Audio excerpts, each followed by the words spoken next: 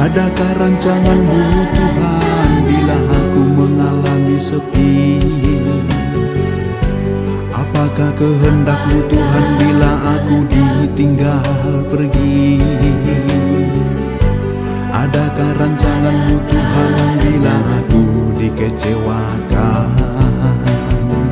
Apakah kehendak-Mu bila aku dihianati teman? Di manakah ku dapat jawaban atas semuanya itu? Kemana ku mengadu bila tak sanggup menghadapi semua? Pada siapa ku tumpahkan semua perasaan ini? Selain pada jalan yang Kau tunjukkan. Ketika rasa sepi datang, Kau ajarkan aku hadir-Mu. Di dalam kebimbangan Kau ajar aku beriman teguh. Ketika rasa kecewa datang, Kau tuntun untuk memahami. Dalam semua itu Engkaulah jawabnya. Aku jalan untuk menemukan wajah-Mu. Tuhan, jangan biarkan aku berjalan tanpa bimbingan-Mu. Dalam naungan kasih-Mu ku akan tetap teguh kuat, karena Dikaulah juru selamatku. Para Bapa yang terkasih, disertai dengan beberapa ibu-ibu, dalam kehidupan kita sebagai anggota gereja ada 3 keutamaan yang mestinya harus ada selalu dalam diri pengikut Kristus. 3 itu adalah beriman, berharap, dan berkasih. Bisa kita bayangkan, saudara-saudara yang terkasih, orang yang memiliki iman, orang yang memiliki pengharapan, orang yang memiliki kasih, dengan orang yang tidak pernah berharap, orang tidak pernah beriman, dan orang yang tidak pernah memiliki kasih, akan jauh sekali berbeda. Kalau namanya tidak beriman, apapun masukan tidak akan masuk lagi. Orang yang tidak berharap selalu melihat hal-hal yang tidak perlu dilihat. Orang yang tidak memiliki kasih akan melihat ke dirinya sendiri. Saudara-saudara yang terkasih, kita coba lihat pengalaman dari Yairus, kepala rumah ibadat, dan perempuan yang 12 tahun pendarahan.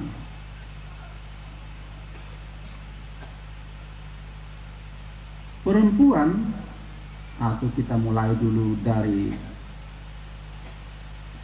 putri Yairus itu. Yairus adalah kepala rumah ibadat. posisinya ini penting, terkenal,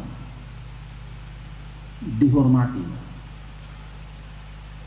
Tetapi kenapa orang yang seperti yang penting ini datang kepada Yesus, tersungkur di depan kakinya? Jelas di sana bahwa Yairus ini memiliki iman kepada Yesus, memiliki pengharapan kepada Yesus, dan akhirnya berharap agar anaknya yang sakit dan hampir mati itu bisa hidup dan selamat. Kalau kita perlebar, mungkin kita berimajinasi, mungkin juga Yairus ini, kepala rumah ibadat ini, sudah mengusahakan dari segala cara bagaimana anaknya ini yang sakit hampir mati ini bisa sembuh dan sehat. Kita bisa bayangkan, mungkin sudah banyak cara, tetapi tidak menemukan apa yang benar-benar dia harapkan, anaknya sembuh dan selamat.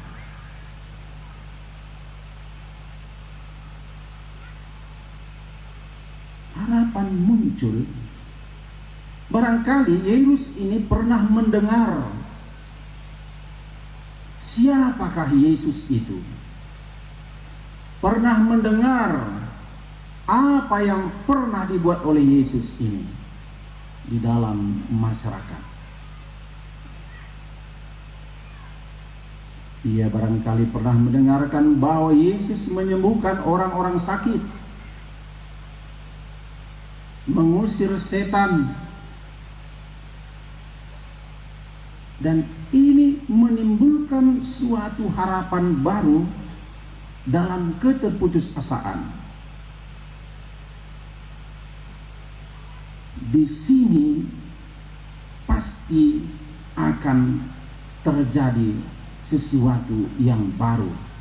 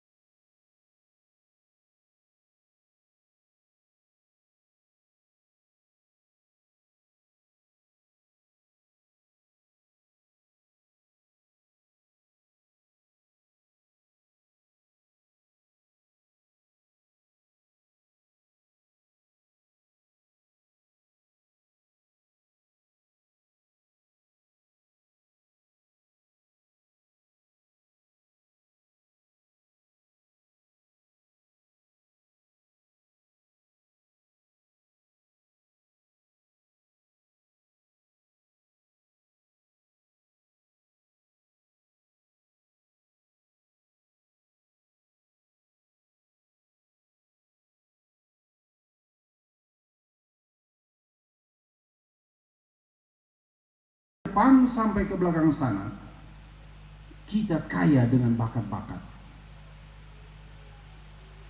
Tidak ada satupun bapak-bapak di sini yang tanpa bakat. Semua memiliki bakat.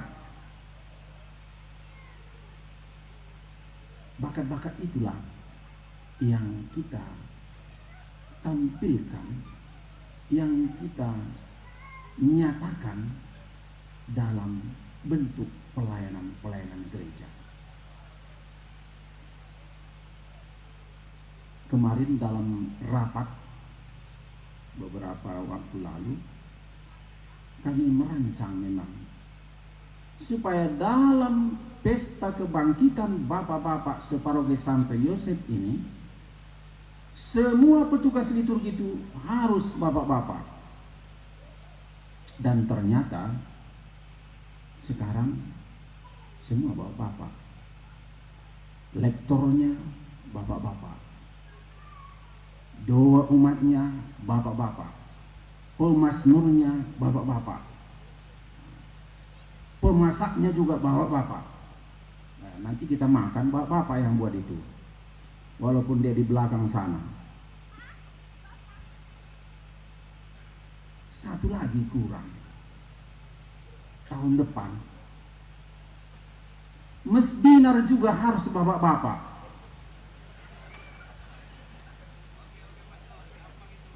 Itu supaya nampak memang inilah bapak-bapak separoki Santo Yosef Belitua. Dalam segala hal lewat bakatnya tahu semua. Tahu memasak, tahu membaca, tahu berdoa, tahu melayani altar. Saya yakin tahun depan akan lebih ramai lagi kita. Amin ya.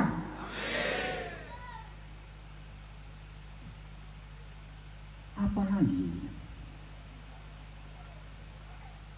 bapak-bapak ini saya lihat memiliki potensi yang besar, itu mestinya menjadi pengurus-pengurus gereja.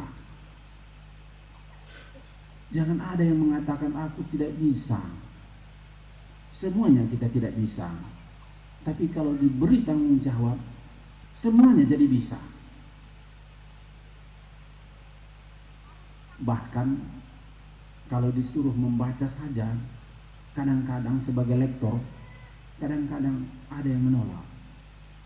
Padahal hanya membaca. Mampu membaca, baru mampu yang lain-lain.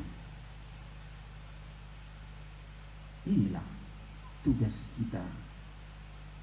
Dan lewat tugas ini, sebenarnya kita sudah sampai kepada tema kita pada hari ini. Kaum bapak-bapak berpartisipasi dalam hidup menggereja. Luar biasa.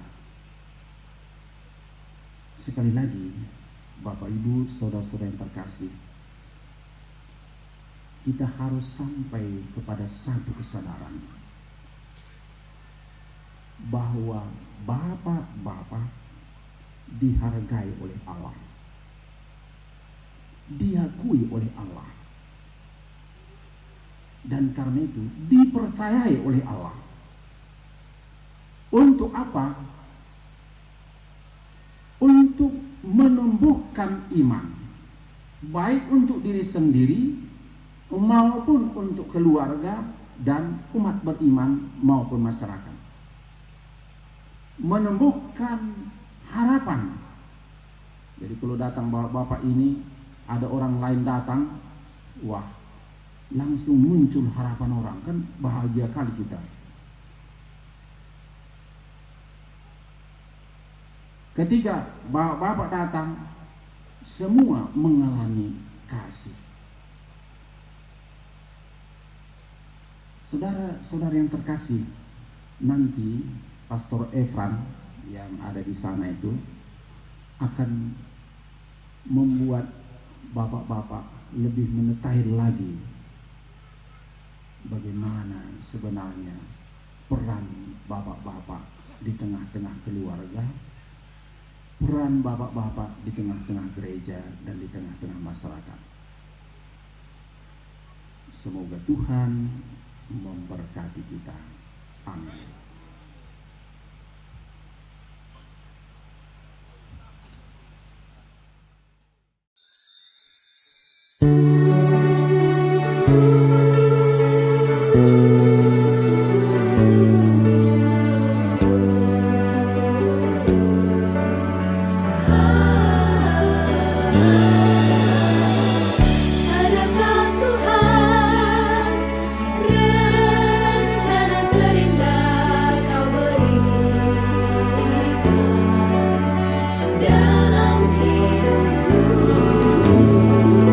Adakah rancangan-Mu Tuhan bila aku mengalami sepi? Apakah kehendak-Mu Tuhan bila aku ditinggal pergi? Adakah rancangan-Mu Tuhan bila aku dikecewakan? Apakah kehendak-Mu bila aku dihianati teman? Di manakah ku dapat jawaban atas semuanya itu? Kemana ku mengadu bila tak sanggup menghadapi semua? Pada siapa ku tumpahkan semua perasaan ini? Selain pada jalan yang Kau tunjukkan. Ketika rasa sepi datang, Kau ajarkan aku hadir-Mu. Di dalam kebimbangan Kau ajar aku beriman teguh. Ketika rasa kecewa datang, Kau tuntun untuk memahami. Dalam semua itu Engkaulah jawabnya.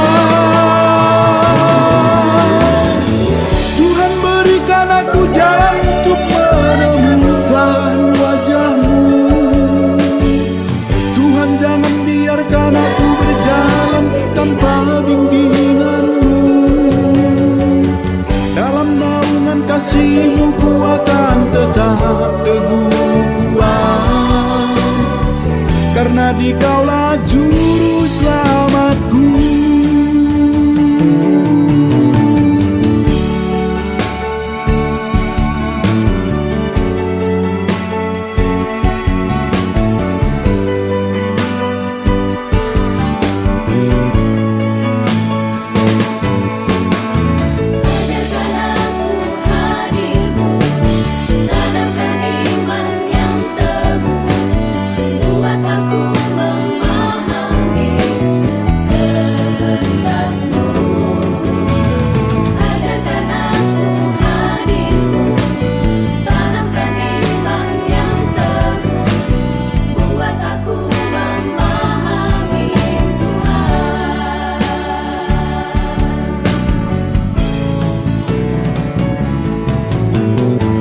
Di manakah ku dapat jawaban atas semuanya itu? Kemana ku mengadu bila tak sanggup menghadapi semua? Pada siapa ku tumpahkan semua perasaan ini? Selain pada jalan yang Kau tunjukkan. Ketika rasa sepi datang, Kau ajarkan aku hadir-Mu. Di dalam kebimbangan Kau ajar aku beriman teguh. Ketika rasa kecewa datang, Kau tuntun untuk memahami. Dalam semua itu Engkaulah jawabnya.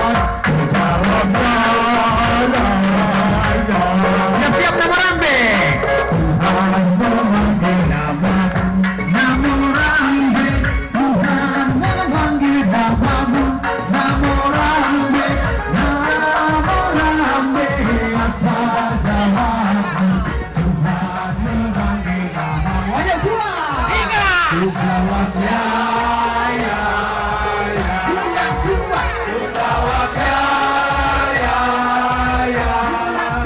Ku jawab ya Tuhan. Ku jawab ya Tuhan. Ku jawab ya, ya, ya. Siap-siap biru-biru. Tuhan memanggil namamu. Biru-biru. Tuhan memanggil namamu. Biru-biru.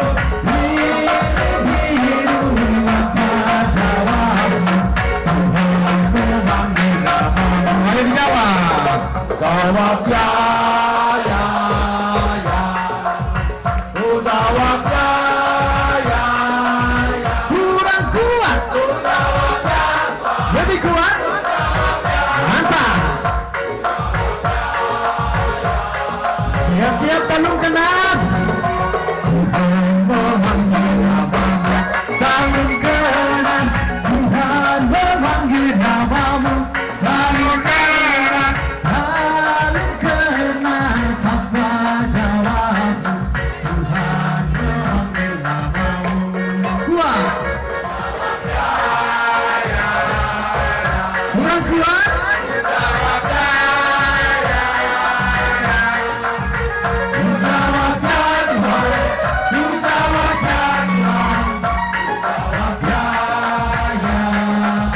Siap-siap Tanjung Merawan. Tuhan memanggil namamu Tanjung Merawan. Tuhan memanggil namamu Tanjung Merawan. Oh Tanjung Merawan, apa jawabmu? Tuhan memanggil namamu. Ayo jawab. Mantap. Ku jawab ya, ya, ya. Ku jawab ya Tuhan. Ku jawab ya Tuhan. Ku jawab ya, ya, ya. Siap negara. Tuhan memanggil namamu. Oh negara. Tuhan memanggil namamu. Oh negara. Oh negara. Apa jawabmu? Tuhan memanggil namamu. Jawab. Mate. Lebih kuat lagi. Luar biasa. Ku jawab ya Tuhan. Ku jawab ya Tuhan. Ku jawab ya, ya. Yang terakhir Penan. Rakyat yang paling jauh Penan. Tuhan memanggil namamu. Oh Penan. Tuhan memanggil namamu. Oh Penan.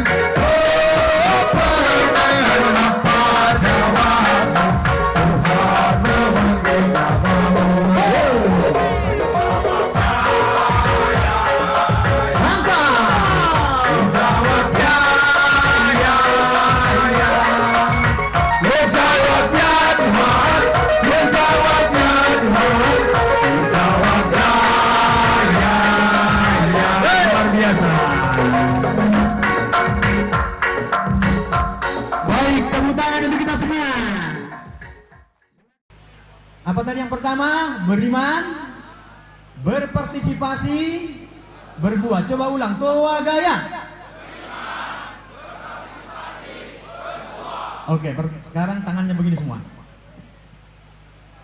Ya, oke, katakan kuat-kuat. Beriman.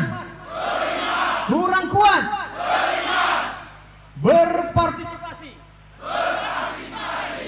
Berbuat. Coba ulangi. Toa gaya. Nah, ini intinya sebenarnya. Kalau ini udah selesai sebenarnya seminarnya ya. Setuju selesai? Mantap. Oke. Baik, para bapak sekalian. Sejak awal gereja kita sangat menghormati kaum bapak-bapak atau laki-laki. Karena gereja kita menganut sistem patrilineal. Apa itu patrilineal? Garis keturunan laki-laki. Pemimpin gereja tertinggi laki-laki atau perempuan? Pemimpin gereja di keuskupan kita laki-laki atau perempuan? Pemimpin gereja kita di paroki ini laki-laki atau perempuan? Sempat ada bilang pastor ini laki perempuan bahaya. Nah, jadi dari awal memang laki-laki itu menjadi pemimpin dalam gereja Katolik sangat dihargai tinggi-tinggi. Bahkan ada dikatakan bapak-bapak gereja. Tidak dikatakan ibu-ibu gereja. Tapi persoalannya bapak-bapak, banyak bapak-bapak Katolik yang kurang aktif dalam hidup menggereja. Kalau mau jujur, siapa yang selama ini aktif?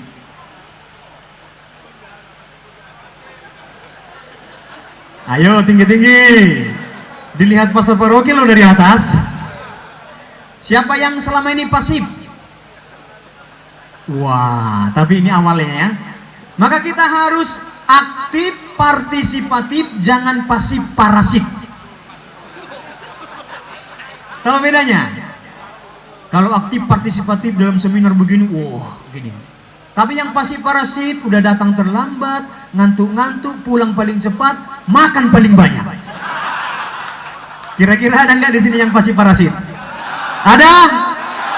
Semua aktif, partisipatif. Lalu hampir semua paroki sebenarnya, bukan paroki Deli Tua aja yang mengeluhkan bahwa bapak-bapak di dalam gereja itu kehadirannya sangat minim. Kalau di stasi kita atau di tempat kita, di gereja kita, gereja mana yang ada paling aktif bapak-bapaknya yang hadir? Coba. Ada? Stasi mana? Stasi apa itu? Bangun Setia. Tepuk tangan untuk Bangun Setia, luar biasa. Nah, bapak-bapak sekalian, tapi pada umumnya hanya 30%. Saya dulu di Aceh, di paroki Banda Aceh itu bapak-bapak itu ke gereja hampir hadir 80%. Bahkan umat 50% hadir sesudah tsunami. Karena ketika tsunami, siapa yang tidak ke gereja mati? Yang datang ke gereja selamat. Karena tsunami jam-jam 8, maka yang tidur di rumah dia akan lewat, yang datang ke gereja dia selamat. Maka kalau bapak-bapak sekalian mau selamat, datanglah ke gereja. Amin. Sepulang dari sini mau datang ke gereja? Kalau jam 8 mulai kegiatan, jam 6 sudah di gereja? Mau? Nah, jadi bapak-bapak sekalian, sebagai seorang bapak-bapak ada 3 tugas kita, atau sebagai seorang awam setelah dibaptis. Apa kira-kira? Trimuniera, 3 tugas gereja.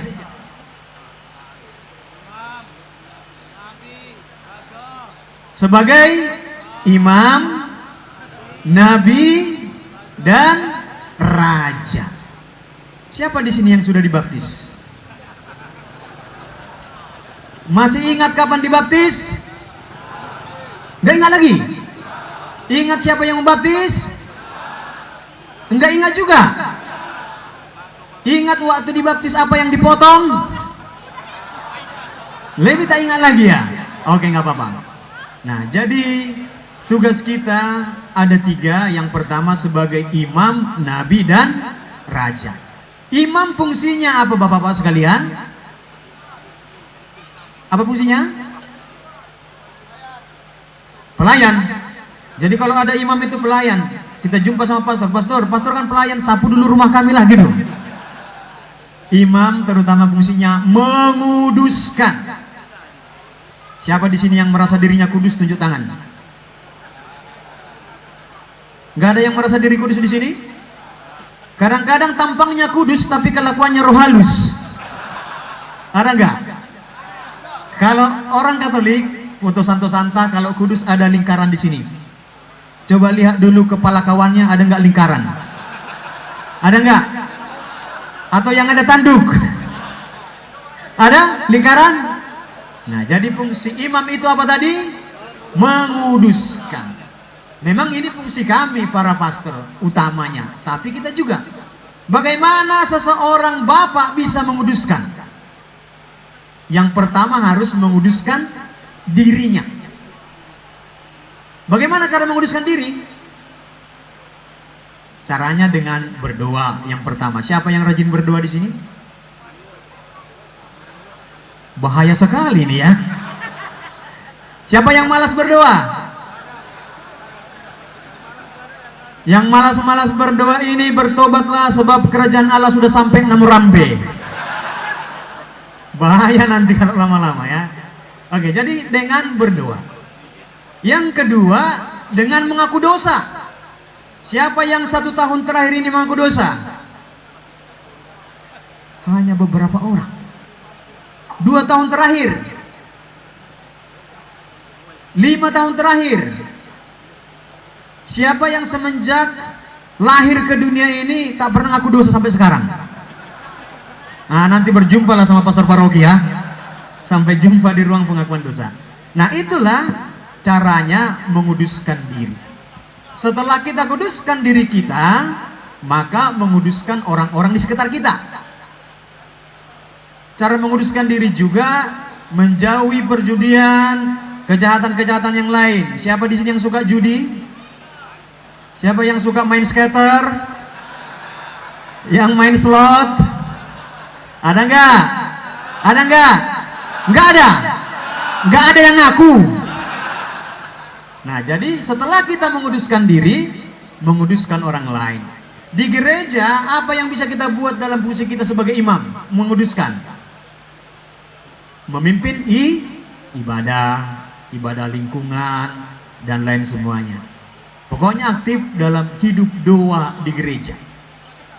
Di masyarakat apa yang bisa kita buat?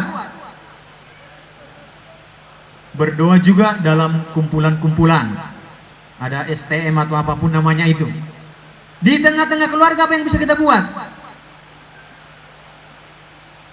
Di keluarga siapa yang masih ada makan bersama di sini? Kalau makan bersama siapa yang memimpin doa? Anaknya. Bapaknya ngapain? Masak. Bapaknya ngapain? Nah, bapak itu adalah imam. Imam itu harus menguduskan keluarga itu. Maka jangan salahkan anak-anak kita kalau kurang kudus, kalau kita sendiri pun tak kudus. Maka sebagai bapak, kita yang pertama harus menguduskan keluarga kita. Amin. Apa tadi apanya? Yel-yelnya? Toa gaya. Jadi asal setiap saya katakan nanti kaum bapak Katolik Deli Tua langsung. Nah, jadi buahnya itu juga adalah anak-anak kita. Jadi kalau kiranya anak-anak kita tidak bisa berdoa, tidak bisa memimpin doa, berarti tengoklah bapaknya. Jangan tengok mamanya. Apalagi mama tetangga. Tapi tengoklah bapaknya. Jadi itu fungsinya, menguduskan diri kita di keluarga. Lalu fungsi yang kedua tadi, setelah menguduskan apa lagi? Setelah menjadi imam, menjadi nabi. Nabi itu fungsinya apa bapak-bapak? Apa fungsi nabi? Coba sebutkan satu orang nabi yang kita tahu. Siapa? Musa. Siapa lagi? Siapa? Nabi Rom. Nabi Nuh, Yohanes dan lain sebagainya. Nabi itu fungsinya apa? Apa yang diwartakan? Apa yang diwartakan? Yang pertama diwartakan adalah nubuat atau sesuatu yang terjadi ke depannya. Dan juga yang diwartakan kebenaran, menyerukan keadilan dan kebenaran. Coba bapak-bapak yang kalau mau jujur, siapa di sini pernah berbohong? Siapa yang pernah membohongi istrinya? Siapa yang pernah membohongi anak-anaknya?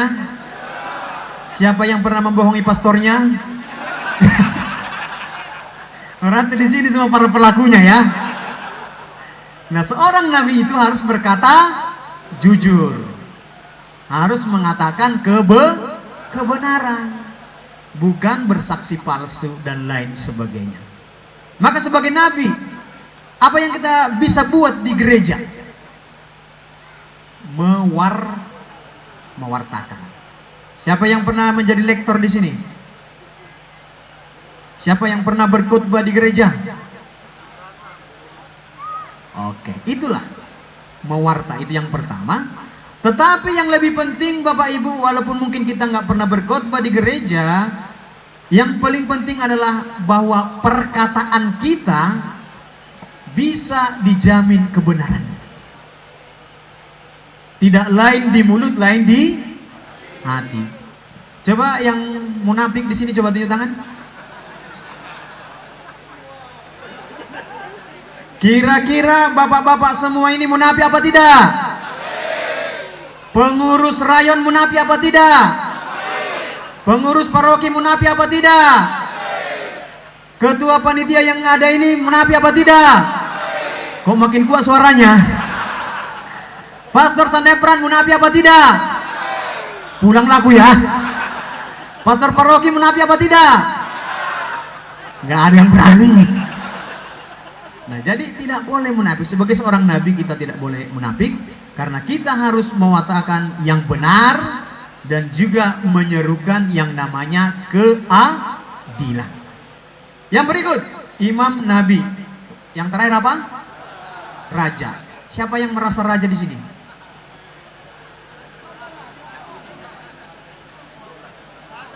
Intinya adalah bukan rajanya, tapi gembala. Kalau di rumah, siapa sebenarnya pemimpin di rumah? Bapak-bapak atau mama-mama? Yang menjadi pemimpin bapak-bapak, tapi yang berkuasa mama-mama. Iya kan? Betul? Dari wajahnya banyak bapak-bapak di bawah ketiak istri ini. Coba di dompet siapa ada foto istrinya? Coba siapa yang mencintai istrinya di sini? Di dompet siapa yang ada foto istrinya? Yang lain ini foto istri siapa di dompetnya? Nah, tapi bapak-bapak, kalau kita punya foto istri kita di dompet kita, belum tentu kita betul-betul cinta, betul? Karena kalau ada nanti di dompet fotonya, dompet ditaruh di mana? Habis itu diduduki. Mungkin tertekan dia di rumah, di luar diduduki. Kira-kira di dompet istri siapa ada fotonya di sini? Yang fotonya ada di dompet istrinya? Ada? Pernah cek? Apakah kalau ada foto kita di dompet istri sudah jaminan dia mencintai kita? Tidak? Karena kalau ada di dompetnya, dompet ditaruh di tas, tas ditaruh di mana? Maka yang ada fotonya di dompet istrinya berarti bapak-bapak di bawah ketiak istri. Oke. Jadi sebagai pemimpin, sebagai gembala, sebagai raja, apa fungsinya sebagai gembala bapak-bapak? Ngapain? Memimpin. Tapi yang pertama harus dipimpin siapa dulu? Diri sendiri. Kalau diri pun tak bisa kita pimpin, bagaimana memimpin orang lain? Maka sebagai seorang bapak kita harus memimpin diri kita sendiri, menggembalakan diri kita sendiri, lalu nanti menggembalakan anak istri kita. Amin. Nah, di masyarakat, siapa di sini yang seorang pejabat? Tidak ada. Yang tampangnya tampang pejabat ada? Baik bapak-bapak, kita angelus dulu ya. Dalam nama Bapa dan Putra dan Roh Kudus, amin. Maria menerima kabar dari malaikat Tuhan. Salam Maria penuh rahmat, Tuhan sertamu, terpujilah engkau di antara wanita dan terpujilah buah tubuhmu Yesus.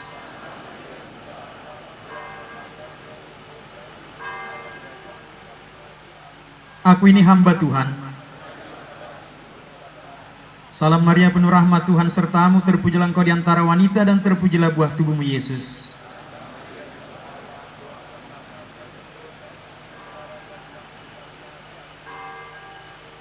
Sabda telah menjadi daging. Salam Maria penuh rahmat, Tuhan sertamu, terpujilah engkau di antara wanita dan terpujilah buah tubuhmu Yesus.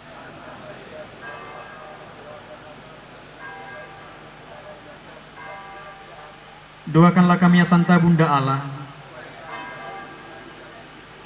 Marilah berdoa. Ya Allah, karena kabar malaikat kami mengetahui bahwa Yesus Kristus Putra menjadi manusia. Curahkanlah rahmat-Mu ke dalam hati kami, supaya berkat sengsara dan salibnya kami dibawa kepada kebangkitan yang mulia, sebab Dialah Tuhan dan pengantara kami. Amin. Dalam nama Bapa dan Putra dan Roh Kudus. Amin. Bapak-bapak sekalian, ini doa apa? Nah, ini pun tak bisa kita pimpin sendiri kan? Siapa tadi yang hafal semuanya? Siapa yang pura-pura hafal? Nah, jadi kalau anak-anak kita mau kita pimpin doa ini, terlebih dahulu kita harus tahu. Amin. Nah, jadi menjadi pemimpin. Siapa tadi di sini yang pejabat? Entah itu di desa atau di mana? Ada? Berarti hanya tampang saya yang wajah-wajah pejabat di sini ya? Ini kan wajah pejabat, penuh jerawat batu. Oke, Bapak Ibu, Bapak sekalian. Ada 3 tadi tugas kita sebagai seorang bapak. Apa aja tadi? Imam, Nabi, dan coba sekali lagi. Kaum bapak Katolik Deli Tua.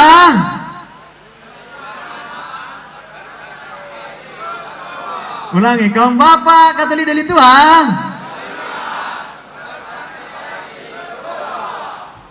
Baik, bapak-bapak sekalian, paroki kita ini pelindungnya apa? Santo Joseph Deli Tua. Nah, pelindung para bapak-bapak siapa? Atau menjadi panutannya? Santo? Dalam keluarga apa?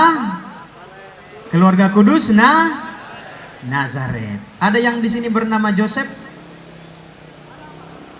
Nah, inilah menjadi panutan kita ya. Pokoknya kalau mau lihat bapak-bapak panutan, bapak itulah itu. Di antara kita yang hadir di sini, kira-kira siapa yang paling bisa diteladani?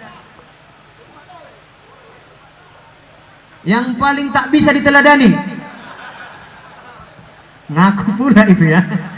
Oke, jadi kita harus bercermin dari Santo Yosef. Ada beberapa keutamaan dari Santo Yosef yang bisa kita teladani, para bapak sekalian. Yang pertama adalah bapak yang penuh kasih. Siapa yang merasa dirinya bapak yang penuh kasih? Ayo. Siapa yang mengasihi anak-anaknya? Siapa yang mengasihi istrinya? Siapa yang mengasihi tetangganya? Bukan istri tetangga, tetangganya aja. Nah, kita harus penuh kasih. Seperti juga Santo Yosef. Santo Yosef ketika dia hendak mengambil Maria menjadi istrinya, situasi Maria lagi bagaimana? Lagi mengandung. Nah, ini kan tantangan bagi Santo Yosef. Mereka hanya sekedar bertunangan, masih belum serumah, tetapi dia sudah mengandung. Lalu apa yang dilakukan Santo Yosef? Apakah dia menceraikan Bunda Maria atau mengambil menjadi istrinya? Mengambil menjadi istrinya. Nah, itulah bapak yang penuh kasih. Istri siapa yang pernah bersalah di sini? Coba tinggi-tinggi. Istri siapa yang suka merepet? Istri siapa yang merepet kayak berpidato? Ada kata pembuka, isi, dan penutup. Nah, ini korban-korbannya semua ini ya. Nah, ketika istri kita merepet, kita apain dia? Kalau istri kita merepet-merepet, kita sapa hosana atau salibkan dia. Apa? Salibkan dia. Tega sekali menyalibkan istrinya. Iya. Nah, bapak-bapak sekalian, harus penuh kasih. Santo Yosef walaupun dia tahu situasi Maria, tetapi dia mengambil Bunda Maria tetap menjadi istrinya, mengasihinya, dan juga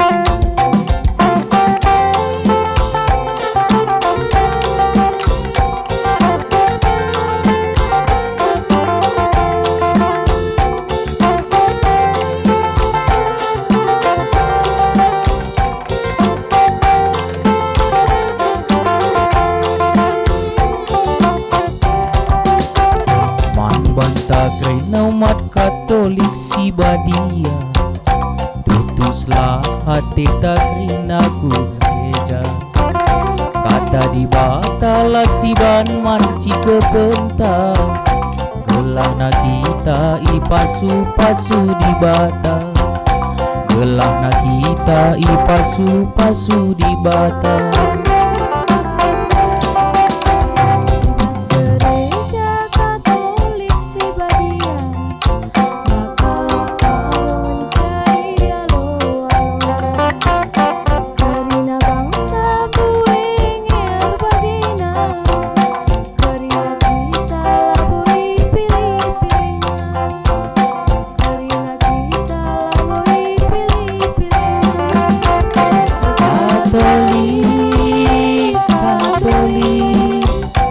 Katolik si Badia kegelana, oh Katolik, Katolik, Katolik si Badia kegelana.